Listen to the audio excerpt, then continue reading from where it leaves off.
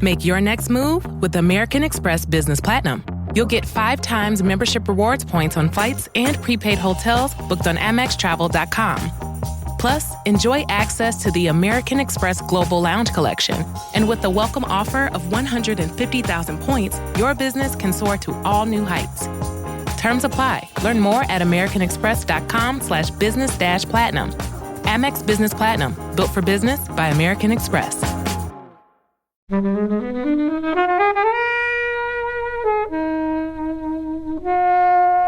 There's so many benefits of sport, not just exercise, but communication, there's mental well-being, there's finding your place and doing something that you enjoy. So the benefits of sports are huge. And, you know, this documentary is really, really interesting. You've got like a little bit of kind of the history, and then you kind of get to where we are now. And it's great that, you know, representation matters. And we are seeing, obviously, young people get into it. But I think one thing that the documentary didn't explore is that school sports and the entry routes into a lot of sports just don't really exist because it's just been so underfunded. Hey everyone, and welcome to Flixwatcher podcast. Today I'm joined by Helen. Hello. Kate. Hello. And Annie. Hello. And we're going to be talking about Game On, the unstoppable rise of women in sport. Thank you, as always, to the mighty people for the mighty, mighty tunes. And thanks to Ben from Rockwood Audio for his awesome editing skills. Please do remember to write a review and rate us on Apple Podcasts and anywhere you can do where you listen to the podcast, because it really does help us. And you can join in the conversation with us on Twitter at FlixWatcherPod and on Instagram at Flixwatcher. Hello, film fans. Welcome to Flixwatcher podcast. Our guests today are Kate and Annie. Over to you, please, Annie, to say hello to our listeners and tell them a little bit more about who you are and what you do, please. Thank you, Helen. I am the founder and chief exec of Well Intelligence and host of the Well Intel Daily podcast. Our mission with the podcast is to accelerate the adoption of wellbeing culture across business communities and throughout society. And we do that by working with businesses to prioritise the wellbeing of their people, affect more sustainable business models, and showcase the great work in this area that some businesses are doing. Can you give an example of the great work some businesses are doing? Yep, Accor did an amazing campaign last year called Health to Wealth, which pulled together a macro to micro presentation, really, of transformational wellbeing culture. And by that, I mean threading together the economy, the environment, technology, geopolitical and society, and shimmying down through industries, governance, travel, hospitality, retail, to you and I, to individuals, and how we take care of ourselves in the maelstrom of the big picture. I like the way it said shimmying down. I couldn't think of it. Well, I think that was perfect. I'm going to use that from this day forth. Shimmy, a little shimmy. Love a shimmy. Kate, who are you? Hello, I'm Kate Cocker and I host the Everyday Positivity podcast and I have done for the last 5 years. It's a daily podcast designed very much to help people to be kind to themselves on a day-to-day basis. It's only 3 or 4 minutes long. It's a little nugget of positivity for your day, with the idea being that, you know, when we can maintain a positive mindset, we look after ourselves, we make good decisions, we are better in the world. I went through a period of time where I wasn't doing that, and when I realised I needed that, I thought, I think other people might need that too. So Everyday Positivity was born. And I also run a company called The Presenter Coach, where I help people speak comfortably and confidently in public. And then on top of that, there's the Purposeful Podcasts, is the production company I run as well. But yes, Everyday Positivity is there for you on a day-to-day basis to just help you feel good about yourself. Well, fantastic. Thanks for joining us. But we're going to be talking about films today, and we're going to talk about your choice, Kate, which is Game On, the unstoppable rise of women in sport. Yeah. Can you tell us, first of all, why you chose it? And I just want to say thank you, because it was a short film. Normally, a lot of these films are like, it's a blessing to press play, and it's like, what, 68 minutes? Or is that, what? Amazing. But yeah, tell us about the film and tell us why you chose it, and then I'll give you a countdown timer. So, the unstoppable rise of women's sport. I'm really passionate about exercise and fitness and sport, and I'm really passionate about women's sport. Sue Anstiss, who is the host and the narrator, if you like, of this programme, wrote a book called Game On and also did a podcast called Game On as well, and has been over the last few years. And when I saw a few weeks ago, Stacey Copeland, who is in the film, she's a boxer in the film, talking about it on her Instagram, I thought, I have to share this film with people, and I'd needed to watch it. And when we were talking about what films, I was like, I know this is the one, because I know it's going to be really vital and really important. So yeah, I wanted to share it with you. So, Kate, timer. Sorry, you've got 60 seconds to tell us what happens in Game On, starting now. Sue Anstiss has been tracking the history of women's sport for a book called Game On, and this is the culmination of that book. Did you know there was a time where women were actually banned from playing football in some people's lifetime? From the 1920s to the 1970s, women were banned from playing football. Last year, the Lionesses won the Women's Euros. And I think that's just such a moment in time that Sue happens to have been in and captured. And this documentary is the story of that rise of women's sport. Splendid. How did I do? You did well. You mean time-wise, it's like 29 seconds. Short film, short synopsis. Splendid. Go. So you said are you a sports person yourself, Kate? Yeah, what's really nice about this film for me personally, and bear with me on this, is that I hadn't sort of realised quite how much and how passionate I was and how ingrained sport is in my life. I went to Loughborough University to study English and history of art. So you can do lots of sports with that spare time. But I played lacrosse, and I ended up playing lacrosse for England while I was at Loughborough. So I am Alan Partridge. You know that when he says I went to Loughborough to do media studies, that's me. I ended up in media, not in sport. But so it's always been part of me, and I've always been aware of the benefits I got from playing sport as a young woman. Whenever I used to see a This Girl Can advert, I used to just blub and burst into tears, because I could never believe that you don't know what you've not seen until you see it. And to see women so passionately enjoying sport in those blooming This Girl Can adverts was immense. And this film did that for me as well, to see the women and the rise of women's sport in that way. And then I realised that actually over my career as the presenter coach, I've actually been working with some of the people who are directly connected to this film. So it's really lovely for me to see it to come together in this way.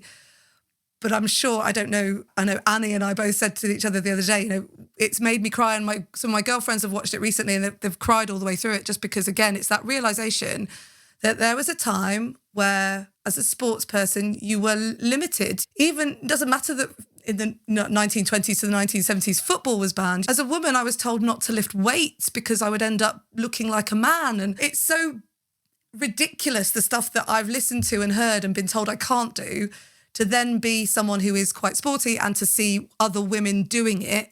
It's a very bizarre and overwhelming and incredible emotion that comes with it. Annie, what were your thoughts? Are you a sports person? I am. I mean, not to the extent that I played for England in anything. I used to do triathlon. I haven't raced for quite a few years, but I think what happens is you come together with a group of people that you might not normally come together with. And what I remember from my tri days is the multi-generational integration of everyone, from little kids to quite elderly folk still competing, or they're there supporting their own sons and daughters, and those sons and daughters have got their own little kids there. And the social fabric that knits together in that sense of achievement and sport and being your best self, whether you're dragging yourself around a course or, trying to be in the top 5 or whatever you're doing, it is deeply emotional. I mean, I was blubbing too. And it's something that I think, particularly at the moment in the world, that really pulls people together, that sense, that deep, deep sense of community and the rising tide of women stepping into their own power as well. Yeah. What I love about the movie is, and what I love about this movement is that I know, you listen to the way that Clare Balding speaks in this movie about what has been going on behind the scenes. And Stacey Copeland says, 2 years ago, people were saying, oh, women's sport, yeah, whatever. And then all of a sudden, the Roses win the netball at the Commonwealth Games. The Lionesses win the Euros. And it looks like it's an overnight success. But what it is it's a lesson in change. It's a real lesson in, for change to happen, keep on talking, keep on fighting, keep on making those little changes, keep on getting frustrated. Like when you're in it, it's so frustrating to go, this needs to change, we need to call this out, And you're constantly doing it. And it's like when you change a habit, it goes really slowly to start with. And then all of a sudden it pings up the hockey stick curve, if you like. And that's how change is formed.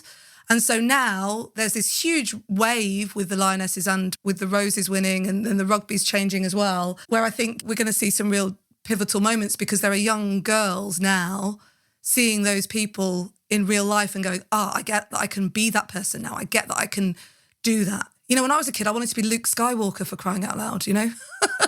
If you want to be Luke Skywalker, why not? And, you know, in terms of what that looked like as a woman, you don't see, when you see somebody doing what you didn't know you could do in for real, then it changes everything. Helen, you like a few odd sports like cricket, don't you? I do like watching it. Yeah. A few odd sports. Is it therapeutic for you? I don't know if it's therapeutic. I've never played cricket because obviously girls couldn't play cricket, but... It's quite slow though, isn't it? Says the social media world in person. Well, yeah, no, I just mean, that's why I said therapeutic, you know, that it's, you know, a bit of... I guess maybe the pace of the game is slow, but then like having that's what I meant. a 90 mile per hour ball thrown at you is not well, slow. no, quite.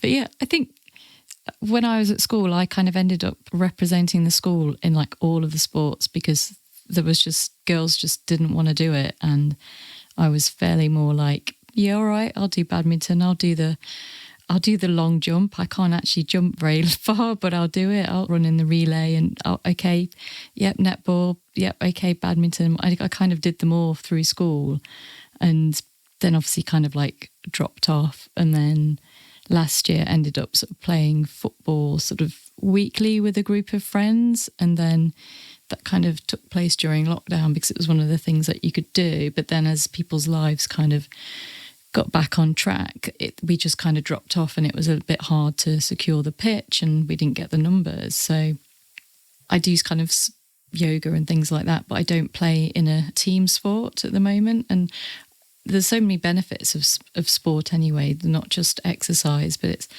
that kind of communication. There's mental well-being, there's finding your place and doing something that you enjoy. So the benefits of sports are huge. And you know, this documentary is really, really interesting. You've got like a little bit of kind of the history, and then you kind of get to where we are now. And I think it's great that, you know, representation matters, and we are seeing obviously young people get into it. But I think one thing that the documentary didn't explore is that school sports and the kind of like entry routes into a lot of sports just don't really exist because it's just been so underfunded. Sport in school is seen as something that's like, something like people don't want to get involved in. And I think especially for girls, you know, there's all this stuff around PE kits. Like, I don't know about you, but like having to wear PE knickers, like the thought of doing that. No, they don't have to do that. That's good. These days. Yeah. My daughter's 14 and it's been really interesting trying to get her involved in sport because I'm absolutely aware of the benefits it's given me, that knowing how to get better at something, knowing how to practice, knowing how to communicate, exactly what you said. Learning, like my favourite line I ever learned from sport was now lacrosse is a really complicated game. And at one point, we were in a coaching session and the coach blew the whistle and we all stopped and we didn't know why. She was like, do you know why I've blown the whistle? And we went, no. And she said, girls, if you don't know the rules, then you don't know how to break them, which is such a great motto for life, you know, and I got all that from sport. But there is loads of work going on. So Kick It Out, for example, working with a lot of like the FA and all of that to get, do you know, Kick It Out, they work against discrimination in sport, and they're doing a lot of work recently about building up pathways. So it's just things like big football clubs, for example, will put their training grounds in really like far away places from the clubs, and it makes it really difficult for people to get to. So there's a lot of work going in now around how you get those clubs to be more accessible, like geographically even, for women and different socioeconomic groups. So, there's a lot of work going into it. And here in Manchester, there's a charity called Greater Sport who for the last 5 years or 5 or 6 years, have been working on getting more and more people active. And there's loads of really interesting work there around, they're called Greater Sport, right? But actually, do people think, I'm going to go and do sport when they want to be physically active, and what language do they use around that? And so there's tons going on, and they did a load of research a few years ago to discover that women would get involved in sport if they were doing things that they were interested in as well, or be more physically active they were interested in as well. So they started changing the way that we thought about physical activity to get people more involved. And as part of that, in Manchester, the mayor, Andy Burnham, stood up a few years ago and said everybody in Manchester is allowed to wear trainers. So at school, they're all allowed to wear trainers now. So it means, as long as they're black, but it means that they're able to be a bit more active and they're able to do things like change. And I'm very proud of my daughter because she kicked up a right stink when they wouldn't. There was some sort of, they wanted to wear leggings or something. They wanted them to wear leggings, or they weren't allowed to wear leggings. And so she petitioned against it, and then they were allowed to wear leggings. So all of that, there is this change coming.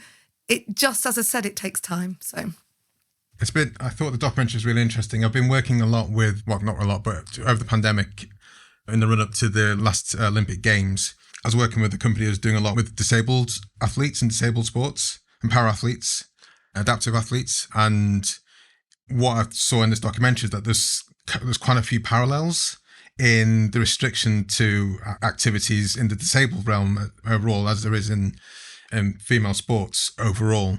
And I think I've been kind of sheltered in my life looking at this because I guess the sports I used to watch mostly on TV were the Olympic sports. And you'd have then Olympic Christie then running next to Sally Gunnell, and then Flo Joy running in it. So I was always like, yeah, I mean, there seems to be parity, but when you go just a bit outside that kind of realm, there just isn't, or it's less encouraged or discouraged in places where perhaps I didn't realise as much. And I've had conversations with friends. One of my friends was like, the thing is, I would watch women's football, but then I have to learn the stories behind the people. And I was like, you're just finding some weird excuse to not watch women's football. It's such a weird thing to say. I don't watch women's football because I don't really watch football generally anymore. So that's why I don't watch it. But I think it's kind of shocking. There's a long way to go. I know that some sports are way better, way more ahead. Tennis, for example, and I think I'd use the example of Billie Jean King and what they did in terms of bringing tennis forward and that side of things. I was like, yeah, well, some places are better, but then you just have to scratch the surface a bit and find places where it's not. And I think that's just what we're finding here with this. I think this documentary does well in shining a light on that.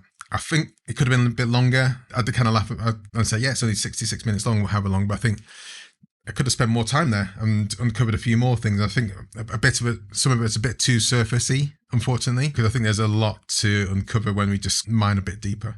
I think there was a gateway perhaps missed to how sport is such an amazing gateway to establishing values and to recognising what are important to those players, competitors, athletes. I mean, I bring that up because I'm thinking about values for what I might talk about later. Is there anything else you want to say, guys, before we head to the scores? I was just going to say that there's obviously quite a few things in that the sort of focus on sports women and how sports women should look, and how there's one body type that is what the sporting body would look like, and anything outside of that is wrong or not to be kind of seen. And the whole thing about the bikinis, men get to wear shorts and vests and the women have to wear bikinis. And I think until kind of attitudes shift from like a fixation of sports women having to be sexy in bikinis, then it's going to be kind of hard to get taken seriously, I think, is what happens with some people in sport. That there's just every magazine kind of photography shoot, whatever sport it is, like put them in a bikini. It's like, why? I mean, I guess if it's talking about kind of like muscle tone and things like that, it would work, but I still feel there's like a little bit further to go in that. And the whole kind of frailty myth about women, how it was too dangerous to kind of do sport, but yet we're expected to have babies and there's like a huge like risk in that of death and things like that. I thought it was just really interesting, and you know, that it's not feminine to play sports. I think that still is a thing, especially is it Stacey Copeland, the boxer? Is it her? Yeah. Just very interesting, like hearing all of the stories that we know with her and her granddad going around and just being like really, really interested in boxing and just being told like it's not for girls like all the time. It's just mad that you'd never go to a boy, you can't do that. Like, it's just, there's like moments where, I mean, obviously not for me boxing, but you've been told like, oh, you can't do that because that's not for girls. And you just kind of go, all right, okay, I'll pick something else. And when it comes to towing, seeing is believing. That's why Chevy Truck's advanced camera technology offers up to 8 available cameras for 14 unique views, so you can focus on the view that really matters. Chevrolet, together let's drive. Learn more about Chevy Trucks at Chevy.com. Safety or driver assistance features are no substitute for the driver's responsibility to operate the vehicle in a safe manner. Read the vehicle owner's manual for important feature limitations and information. Seeing it like with these professional sports people as well, having had that as well, it is pretty shit sometimes being a girl. You just want to do stuff and not have men tell you can't, or have these rules that have been designed by men and they're like, well, you can't do that because we made it like this. And it's like, okay, well, why can't we change the rules and do it our way that works for us? And I think that's what's really interesting about the documentary, is that actually you do see that element of, or I certainly know that a lot of those stories start with, I didn't know I wasn't allowed to do this, or I didn't know that it was weird. Like even Sue's story, I didn't know that it was odd. And I think that is what's carried the change. It's that shock of, hang on a minute, someone's now telling me it's odd. Then they've pushed it through. And the other thing that I always think is really interesting, so my husband plays rugby. We've got a big rugby kind of family, if you like. The point of rugby is that every position has a body shape, right? But traditionally, the hooker would be the kind of dumpier type, or and the props would be sort of slightly rounder, if you like. And then you've got the taller fullbacks who are going to run down the pitch because they're the sprinting. That's the role. That's, rugby is really good at going, this is your role and this is the physical elements that you need for that role. Scrum halves are that little bit smaller so that they can get in and in amongst all the ball and everything. It's just, it's changing slightly with the professional game. But then to then be met with, well, you have to look this way to be this way, and it's not the same for girls. And to be told, I literally was told when I was younger, oh, you don't want to do heavy weights because you might end up looking like, like Arnold Schwarzenegger or Linford Christie or something, because Linford Christie used to have these huge arms. And you'd be like, now I've got a 145 deadlift and I lift loads of weights and I'm nowhere near like this Arnold Schwarzenegger type. So I think, and those things are really difficult to be up against all the time when you're being told, either told literally, or that underlying sense that, oh, people don't really like that, which is what Stacey's talking about when in the film, where she talks about, women hitting other women is actually really hard to watch because we're not supposed to be that violent. Just, that's it. Just a couple of things before I head to scores that came to mind. One is like, they talked about A League of Their Own, the film, and obviously the history behind it. And also, it was one. I think it is generally my favourite sports film. And I love the TV series that came out last year, and I'm looking forward to watching the season 2 of it. And when they're talking about, as you guys said before, wearing skirts in inappropriate circumstances where you've got to slide into based on a really gritty surface, it's just like, guys, have we thought this through properly? This is just dumb. And the second thing is, I think there's a very real thing where some guys don't like getting beaten by women. And when you talked about triathlon, Annie, because I used to do triathlon, I'm training for the first triathlon that I've done in like 6 or 7 years. The last one I did was, like half Ironman. And towards the end of it, a woman went past me, and then at the end, she was like, we had a chat. She said, do you mind being chicked? I was like, what do you mean? Do you mind being chicked? I was like, well, because... Oh, right. Because I reckon there would have been a lot of guys who would have been extremely pissed off that a girl went past them, a woman went past them on any part of the triathlon. But because I've trained with so many people across so many different sports, I'm not an elite athlete. There's going to be women who are better than me at whatever. And that's just amazing to see. Whether it's people who are better than you, they're better than you, whether it's male or female, it's just like, great, she's faster than me. She can swim better. She can cycle better. I'm like, that's amazing. But there are definitely people who are like angry because they're a man and they're getting beaten by a woman. And my favourite case of this is when I was at school. One of the girls in my class, she played squash for Scotland, and she played one of the guys in our year, and she absolutely obliterated him, and he was the most angry I've ever seen a person in his entire life. And I just couldn't get it. It's like, well, she plays for her country in the sport that you can't play very well. What are you so angry about? What was your time, Kobe, on your half Ironman? I'll check and get back to you before we close out. But yeah, there is a...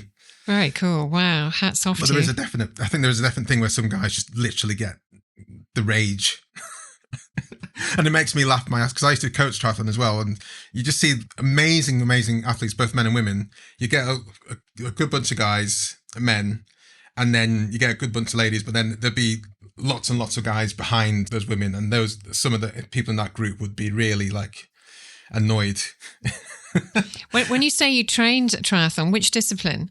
Well, it's just a general tri-coach, so it was swimming, cycling and running. Just level 1, just to help the local club out when they needed someone to step in, essentially. But do you think, though, that Sue talks at the beginning about sport reflecting what happens in society? I think when you look into your own homes, that idea that women being better than men, like being beaten by a woman or losing to a woman as a man. If you look at like your gender pay, or even within your own home, like, yeah, you know, in someone's home, in a heterosexual relationship, who's earning the more money? Who's the breadwinner in this home? And how uncomfortable do we feel with that hierarchy of breadwinners? Because I've been through it where my husband's the main breadwinner, or I'm the main breadwinner. I've had to go and have children. And actually, we've had very frank conversations about it, and really positive conversations, to be honest. But I know that there are families that find that dynamic really difficult. Should we head to the scores? Yes, go on. And before we get to scores, my time, Annie, was 5 hours and 20 minutes. Wow. Bravo, sir. Well done. I think there's something to be said for doing, it's that mental game of you're on your own. Team sports are different. You can rely on each other, but when you're on your own, it's a biggie. I only did Olympic. I didn't. Olympic's no joke. Oh, no, it's not a joke. And, you know, my swimming was really totally rubbish. I had to make up all my time on the bike. But, it's such a great, great thing to do. I've never, ever, ever been in greater shape than racing for, try. My intention is to get back to it. Do you chick some guys who are... Oh, I don't like that phrase. Well, I think I I probably chicked a few, but generally across the field, they were more in front of me than behind me, I would have thought. I'm hardly a elite athlete, but I enjoy it. I love it. And, that's what counts. Yeah, that is what counts. And to the scores.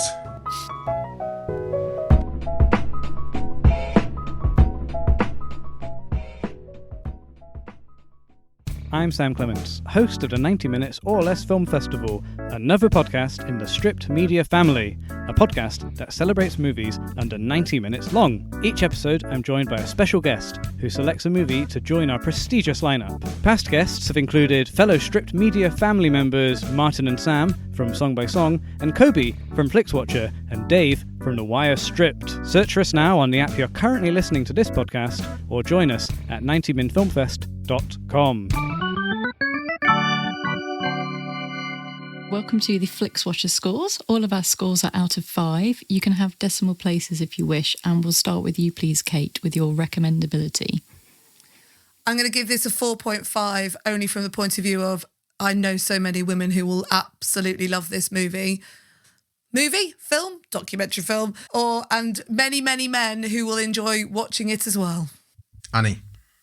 I absolutely loved it. 4.8. Boom. Helen.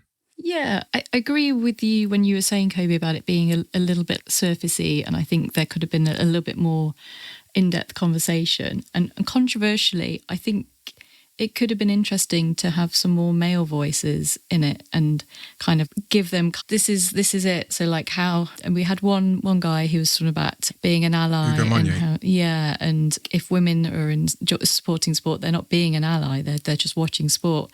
So I think it could have brought in a sort of different angle to it. And yeah, I could have watched more. But yeah, I think it's just a great kind of like starting point to kind of looking into what is happening now, what's gone before, and thinking about where it can go in the future. So yeah, I'm going to give it a 4.8 as well. I think the fact that it's about women in sport is going to put some people off. But I think if you enjoy documentaries and you're kind of like interested in sport, then it's a must watch, and it's super short as well.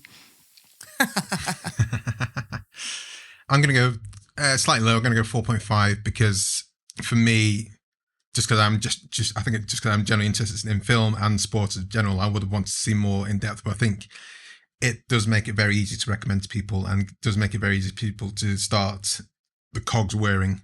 In the same way that again, to go back to adaptive sports, there's a documentary on Netflix called Rising Phoenix, and that's a great entryway into that side of things as well. But yeah, 4.5. Repeat viewing score. Kate. Right, I've got an issue with this in that I rarely watch anything more than once. It's such a great time to be alive. There's so much great content to watch. The idea that I might watch something again, it's a struggle. I've only got so many hours left in my life. And people keep making great things. So I'm going to, I feel like I haven't actually scored at all. So if I put it in as a mediocre 3, so I'm in the middle, there you go. But it's purely because in terms of watching it again to get more out of it, I'd rather have a sequel. I think you're absolutely right with your pointers around a bit more depth in story and a bit more male voice and a bit more getting into that. There's some murky worlds to get into, I think. And I think it would be worth having a crack at that, maybe in the continued rise of women's sport. Annie. I wouldn't watch it again, to be honest. Just really, really honestly, I felt I got what I needed from watching it the first time. Sorry about, I feel disloyal. Hang on. Put it in the middle. Do what I did. Put it in the middle. Let the seesaw be balanced. No, I'm going to give it a 4. Oh, wow. No, I'm giving it a 4. Well done. No, that was hard, loyalty, Annie. honour. Yeah. No, come on. 4. Helen. So we're normally quite brutal on repeat viewing for documentaries because unless it's like a super intense one that's like really, really long and you feel as though you didn't quite absorb the knowledge, then you kind of get what you need from this. So I'm going to give it a 2. I think possibly that Reese might want to watch it, so I'd probably watch it with him. But yeah, the documentaries don't do well on repeat viewing, I'm afraid, on our patented scoring. Yeah, no matter how good we've had some of the world's best documentaries. Blackfish on here, for example, other Oscar-winning ones I can't remember, but yeah, they just kind of do not score so well on the repeat viewing side of things. Everything else can be really high, but repeat viewing score doesn't tend to fare that well. I'm going to go 1.5. It's a short, sharp punch. As Annie said, I got everything I needed from it. Realistically, I won't watch it again. One thing I did notice is it Sue Anstiss, sorry? Yeah. She also records her podcast on Squadcast. She did. You're right. You're right. Small screen score. Kate. 5? It's totally small screen. It's definitely built that way. I mean, so, I know Stacey because we're in the radio world and I've met her through various things, and it would have been lovely to have seen her on the cinema, but this is totes small screen fodder. Annie. Agree. 5. Helen. Yep, same 5. 5s across the board, including myself. Engagement score. So I think what's really interesting is what you said about that sort of superficially, it didn't dig deep. So there weren't like any big dramatic moments. It really feels like the kind of film that needed to be made to go, look, this is where we are. This is where we're up to. And Sue's work continues, and, you can listen to the podcast and you can read the book and it will continue into the future as well. So I really would recommend being part of that and listening to that because there are some interesting things going on. Engagement-wise, I do think it's quite easy to pick up and put down and pick up and put down. So you're probably sitting on around a 3 there as well. Annie? Probably a 2. I did, sort of leave it and come back and, I didn't feel badly off, sort of doing that. No way. Helen? I'm going to give it a 4. I watched it all the way through and I found it interesting, but it lacked the kind of documentary narrative where you kind of start off on a bit of a cliffhanger and then you're like, oh, how's this going to end? What's going to unfold? It didn't have that quite big documentary style, but, it was still interesting and it's fairly engaging for its very, very short runtime. So 4. Yeah, I'll go for 4 as well. I was engaged in the time. It's always good to learn stuff from documentaries, and I can't think of many documentaries where I haven't been in it. And it was short, which meant the time, why would you even consider looking at your phone? So that gives us an overall score of 3.8815, which is decent. It's just decent, I think certainly. that's a good score. Yes, Annie and Kate, can you tell us where we can find you online and say, thank you very much and goodbye to the listeners? Do you want to go first, Annie? You can find me at wellintellect.com. Yeah. You can find me at Well Intel Daily by Anni Hood podcast. You can find me on LinkedIn, Anni Hood. Am I doing this right? However, which way you want to do it. Anni Hood on Twitter, very easy. No E on Annie, don't forget that. No E on Annie. Threads too, and Insta, Anni Hood Wellbeing. Fantastic. I'm on most platforms as at K8 Cocker. It'd be lovely to see you there. And you can follow the podcast on Instagram at official everyday positivity as well. And I think that's enough. I'm going to start listing off all the websites. But yeah, just go there. You'll find me. No worries. Thank you very much. It's been a pleasure. Thank you. Thanks so much for coming on. Bye. Bye. Bye.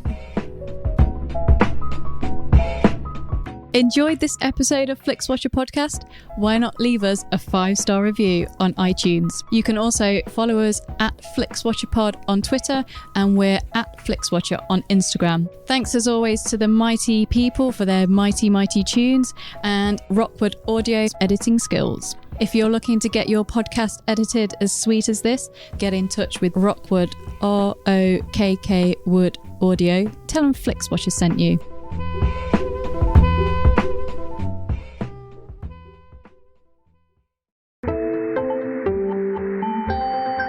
You just heard a Stripped Media production.